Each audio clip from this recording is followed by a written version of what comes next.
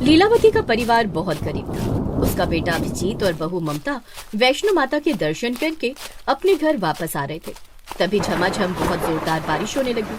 आसमान में बिजली कड़कने लगी। माँ जल्दी से चलो वरना हमारी ट्रेन छूट जाएगी। हाँ बेटा, माता रानी के दर्शन तो हो ही गए हैं। आने वाली संतान के स्वागत में ऊपर वाले ने बारिश भी बहुत तेज कर दी है। अब जल्दी से हमें घर पहुंचना होगा क्योंकि डिलीवरी किसी भी समय हो सकती है। माँ मैंने तो पहले ही कहा था कि डिलीवरी का वक्त है, अभी इतनी दूर जाना ठीक नहीं है, पर आप लोगों ने मेरी बात मानी ही नहीं। बेटा, पंडित जी ने बताया था कि 8 महीने बाद ही बच्चा पूरी तरीके से माँ के पेट से बाहर आने के लिए तैयार हो जाता है और इस समय अगर माता रानी का आशीर्वाद मिल जाए तो सब कुछ ठीक हो जाता है। हो सकता है हमारी गरीबी भी कम हो जाए आने वाले बच्चे की वजह से। तो इस तरह से बातें करते करते वो लोग स्टेशन पहुँच गए। बारिश रुकने का नाम ही नहीं ले रही थी। ट्रेन 1 घंटा लेट थी। इसी वजह से उन लोगों ने 1 घंटा स्टेशन पर ही बिताया। 1 घंटे बाद ट्रेन आ गई। अम्मा जी सामान उठाना है क्या? अरे नहीं भाई साहब, जब अपनी जिंदगी का भार हम लोग उठा रहे हैं तो ये सामान क्या चीज़ है? हमारी गरीबी से तो हल्का ही है ये सामान। वाह भाई साहब वाह, कितनी गहरी बात कर डाली आपने। खैर, अभिजीत ने सारा सामान उठाया और ट्रेन में बैठ गए। ट्रेन चलने लगी। काफी घंटे का सफर करने के बाद भी बारिश बंद नहीं हुई। माँ मुझे लगता है कि हमें बारिश में ही अपने घर तक पहुँचना पड़ेगा। आसमान देखो कितना काला है। उन लोगों को बारिश में यात्रा करने में बहुत अच्छा लग रहा था, लेकिन उन्हें नहीं पता था कि रास्ते में उनके साथ कितनी ढेर सारी कठिनाइयाँ आने वाली हैं। तभी ट्रेन अचानक रास्ते में रुक गई। आरपीएफ वाले उनकी बोगी में आ गए। आप लोग इस बोगी से बाहर निकल जाइए। आगे थोड़ी दूर पर एक बहुत बड़ा ट्रेन हादसा हो गया है, जिस वजह से ये ट्रेन यहीं पर रोकी जा रही है। आप लोग यहीं आसपास होटल में रुक जाइए। अरे ऐसे कैसे भाई साहब, हमने पूरा टिकट लिया है, यात्रा तो पूरी कराइए। अरे बहन जी, अगर हम लोग ट्रेन चला देंगे और आगे कहीं हमारी ट्रेन का भी एक्सीडेंट हो गया इतनी तेज बारिश में तो क्या होगा? और क्या आप चाहती हैं कि इस ट्रेन में बैठे सभी लोगों की जान चली जाए? अरे माँ भाई साहब बिल्कुल सही कह रहे हैं, कभी भी कोई बड़ा हादसा हो सकता है। सभी यात्री उस बोगी से बाहर निकलने लगे, लेकिन तभी अचानक ममता का पेट दर्द शुरू हो गया। माँ जी, मुझे लगता है कि वक्त आ गया है। बहुत जोर से पेट में दर्द हो रहा है। माँ जी कुछ कीजिए। बेटा, इस बोगी के अंदर तो ये लोग हमें रुकने नहीं देंगे। चल बाहर कोई जगह देखते हैं। वो लोग ममता को लेकर ट्रेन के बाहर निकल आए। माँ अब क्या किया जाए? हमारे पास इतने पैसे भी नहीं बचे हैं कि किसी अस्पताल ले चले या फिर कोई होटल ले सके। सारे पैसे तो खत्म हो गए। तभी अचानक अभिजीत की नजर रेल की पटरी पर कहीं दूर पर पड़ी, जहाँ पर किसी बहुत पुरानी ट्रेन की बोगी खड़ी हुई दिख रही थी। कुछ लोग उसी डिब्बे के अंदर घुस रहे थे। माँ वो देखो, सब लोग उस पुरानी बंद पड़ी बोगी में घुस रहे हैं। इस बारिश में हम गरीब लोगों के लिए इससे अच्छी रुकने की जगह कोई नहीं हो सकती है। चलिए जल्दी चलते हैं, फिर आगे सोचते हैं क्या करना है। कम से कम सबसे पहले बारिश से तो बच जाए। बाजी, अब मुझसे दर्द बर्दाश्त नहीं होता बाजी। अभिजीत ने थोड़ा सामान अपनी माँ को पकड़ाया और ममता को अपनी गोद में उठाकर तेज बारिश में भागता हुआ उस ट्रेन के डिब्बे के अंदर घुस गया, जहाँ पर बहुत सारे लोग पहले से ही मौजूद थे। अरे बहन जी, ऐसी कंडीशन में बहू को बाहर ले जाने की क्या जरूरत थी? बहन जी अब क्या बताऊँ मैं आपको, सब मेरी ही गलती है। आखिरी महीना चल रहा था और मुझे ही वैष्णो माता के दर्शन कराने थे अपनी बहू को। वो लोग सब बात कर ही रहे थे कि तभी ममता फिर जोर जोर से चीखने लगी। माँ जी, अब तो लगता है आपकी बहू की डिलीवरी इसी ट्रेन की बोगी में होगी। ऐसा कीजिए, जितने भी मर्द हैं वो लोग दूसरी बोगी में जाकर रुके। हम लोग जल्दी आप लोग को खुशखबरी देते हैं। बहू चिंता मत कर, हम सब तेरे साथ हैं। हम सब भी गरीब हैं और गरीबी की वजह से इस बोगी में रुके हुए हैं। उन लोगों की मदद देखकर अभिजीत और उसकी माँ लीलावती बहुत खुश हुए। अभिजीत और बाकी के आदमी दूसरी बोगी में जाकर ठहर गए। इधर सारी औरतों ने मिलकर ममता की डिलीवरी कर दी। उसका एक बेटा पैदा हुआ इस ट्रेन में। अभिजीत बधाई हो, तू बाप बन गया। अभिजीत दूसरी बोगी में था। ये सुनकर वो बहुत खुश हुआ और उस बोगी में जितने भी आदमी थे वो भी बहुत खुश हुए।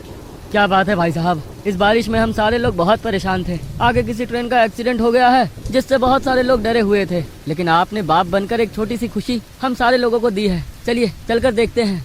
माँ क्या हम लोग उस बोगी में आ सकते हैं? हाँ बिल्कुल। अभिजीत के साथ उस बोगी में जितने आदमी थे वो लोग भी अब उस बोगी में आ गए, जहाँ पर ममता ने एक बच्चे को जन्म दिया था। अब आप लोगों को परेशान होने की कोई जरूरत नहीं है। मैं एक अस्पताल में नर्स का काम करती हूँ पिछले 20 सालों से। मेरे पास कुछ दवाइयाँ और इंजेक्शन भी हैं, मैं लगा देती हूँ बच्चे को।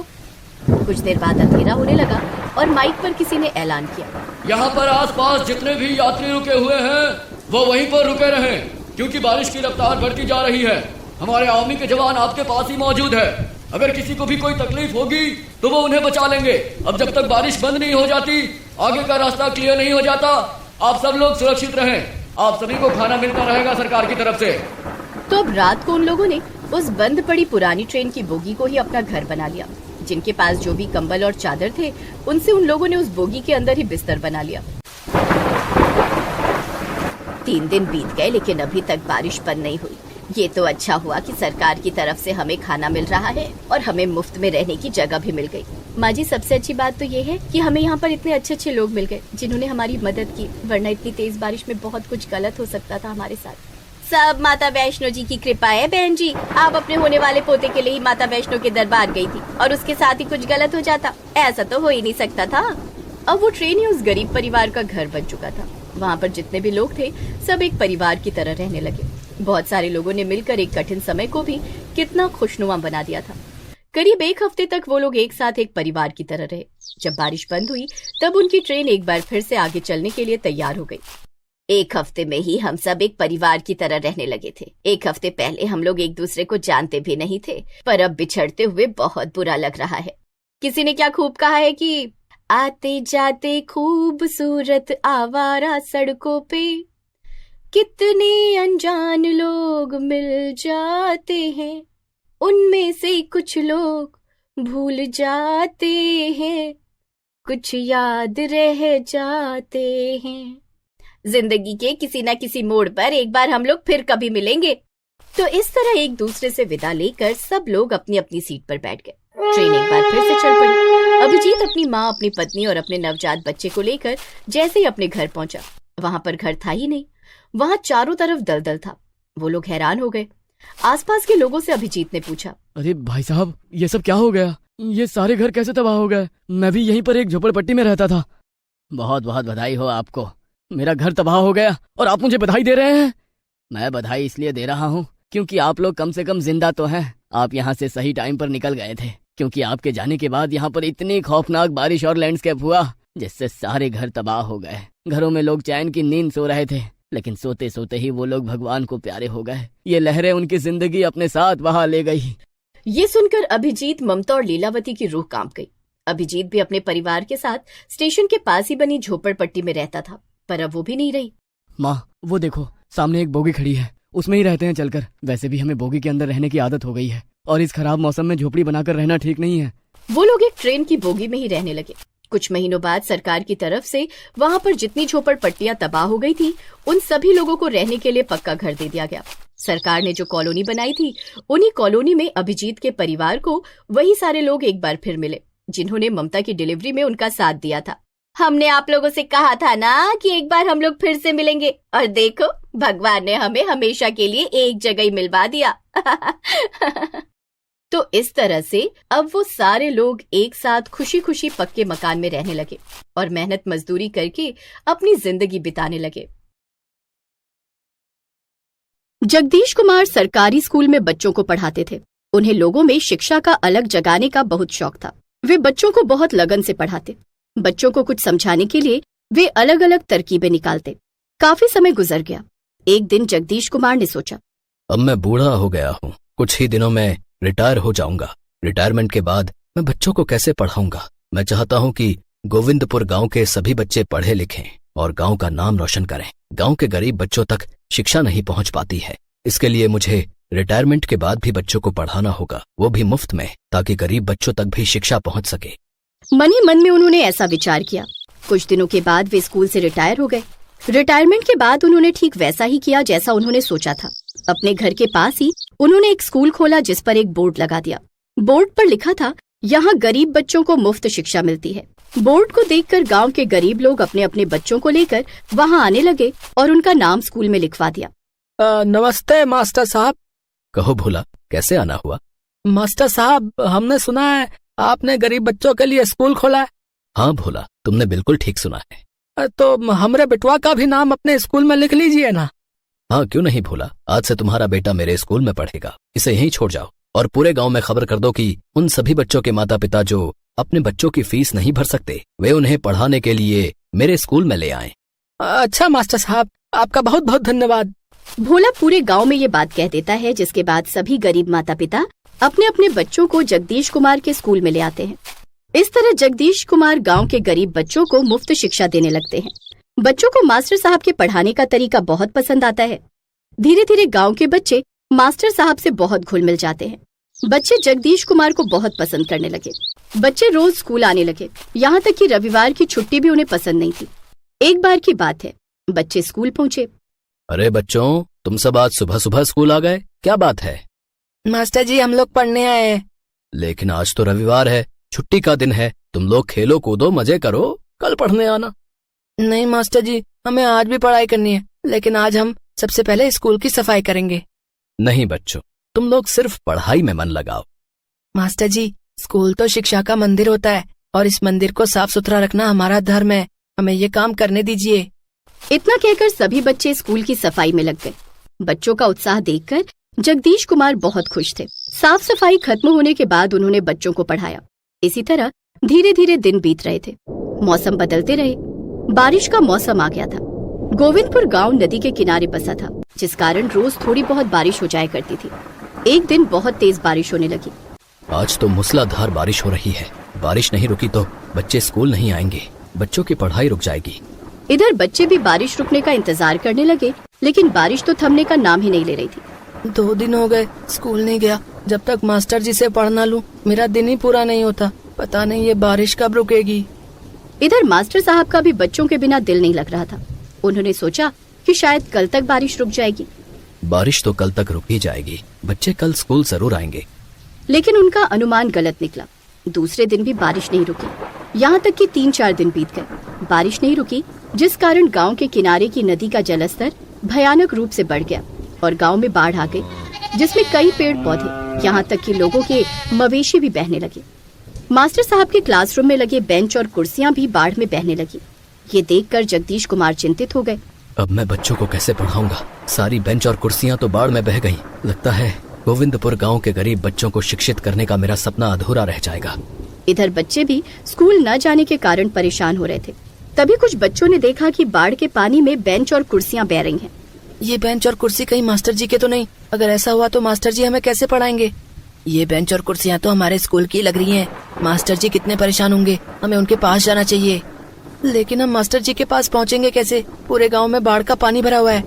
रोज नदी में तैरते हो, आज बाढ़ के पानी में तैर लोगे तो मास्टर जी के पास पहुंच पाओगे। चलो हम सब तैर कर मास्टर जी के पास चलते हैं। हाँ चलो। सभी बच्चे बाढ़ के पानी में तैरने लगते हैं। तैरते तैरते वे मास्टर जी के घर के पास पहुंचने ही वाले होते हैं कि वे देखते हैं कि बाढ़ के पानी में ढेर सारे टमाटर तैर रहे थे। वो देखो, लगता है किसी किसान की टमाटर की फसल बाढ़ में बह गई है।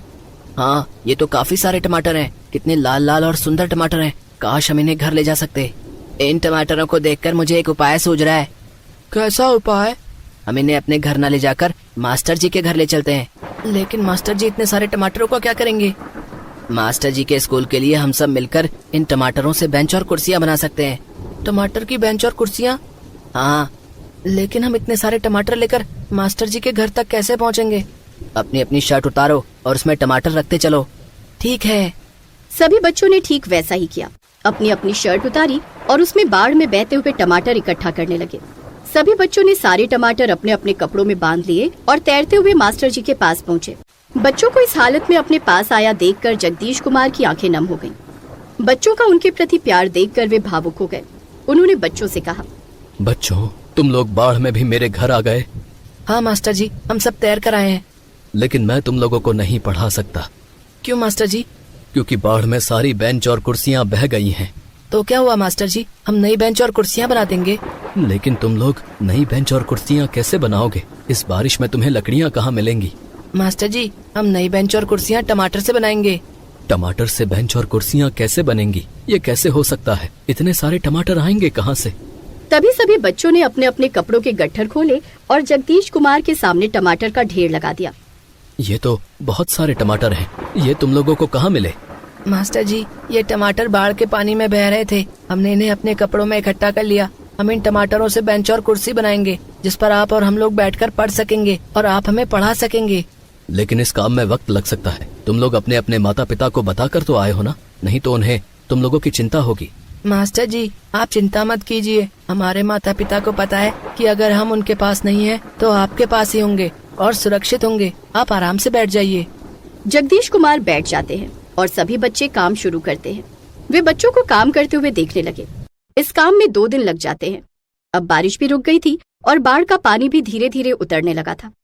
जगदीश कुमार ने फिर से अपना स्कूल शुरू कर दिया, लेकिन इस बार मास्टर जी के बैठने के लिए टमाटर की कुर्सी और बच्चों के लिए टमाटर का बेंच था। बच्चों ने स्कूल को भी टमाटरों से सजा दिया था। जगदीश कुमार के टमाटर के स्कूल की चर्चा पूरे गांव में होने लगी। ग्रामीण टमाटर के स्कूल को देखने के लिए आने लगे। अरे वाह मास्टर साहब, आपका टमाटर का स्कूल तो बहुत ही न्यारा है। ये तो बच्चों का प्यार और पढ़ाई के प्रति उनकी लगन का नमूना है भोला, कि बच्चों ने बाढ़ में बहते टमाटरों से बेंच और कुर्सियां बना दी और बारिश में भी पढ़ने का जुगाड़ खोज निकाला। अब गांव में चाहे कितनी बारिश हो या बाढ़ आए, बच्चे टमाटर के बेंच पर बैठकर पढ़ाई करते और जगदीश कुमार टमाटर की कुर्सी पर बैठकर उन्हें पढ़ाते। इस तरह जगदीश कुमार ने गोविंदपुर गांव के बच्चों को टमाटर की कुर्सी पर बैठकर पढ़ाया और उन्हें शिक्षित किया। गोविंदपुर गांव का ये अनोखा टमाटर का क्लासरूम था, जिसमें पढ़ने वाले सभी बच्चों ने बड़े होकर गांव का नाम रोशन किया और जगदीश कुमार का सपना पूरा हो गया।